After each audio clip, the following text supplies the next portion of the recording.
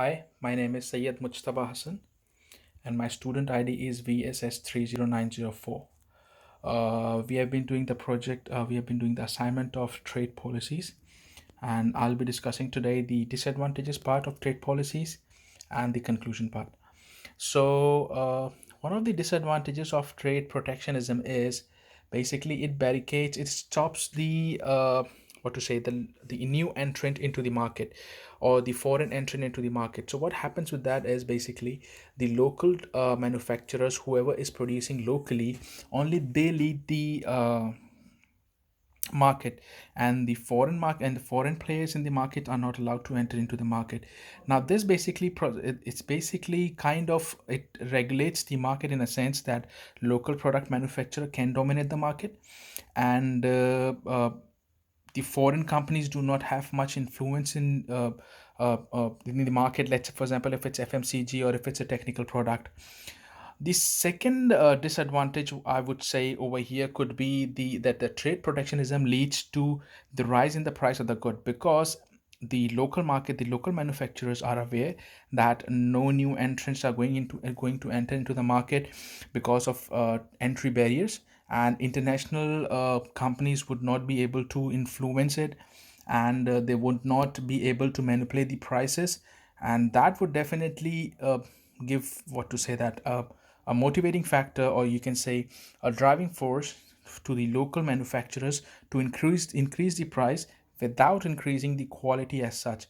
So definitely that means that price could be you can say a factor which would be played upon if the trade entry barriers are put into the place, especially for the foreign player.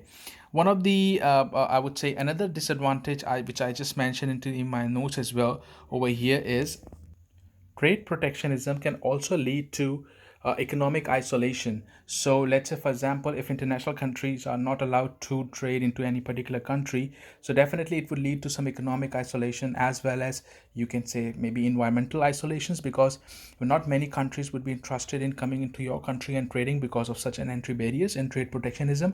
And it would just be the local companies which would be dominating into the market, and that would definitely create a push into the market, and it would kind of isolate the entire market from the international market, in fact domestic market from international market. I won't take much long because the video is already going a little longer. I will just jump on to the conclusion. So the trade barriers has got its own pros and cons, like its own advantages and disadvantages, in a sense that yes, there are few advantages, as one of my fellow has already discussed in the video, but the disadvantages, as I discussed, of trade barriers could be a little significant in some scenarios, whereas it could be copable in other scenarios. Secondly, if we talk about particularly in Australia, the Australian government has already made FTAs with 11 countries. That means that they can, like 11 countries can come into the country, they can import the product, they can export the product to those countries, and ultimately generate the revenue which could be beneficial for entire economy. So that's it for tonight.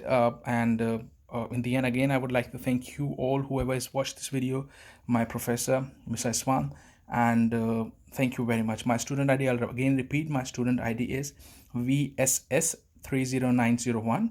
My name is Syed Mujtaba Hassan. Thank you.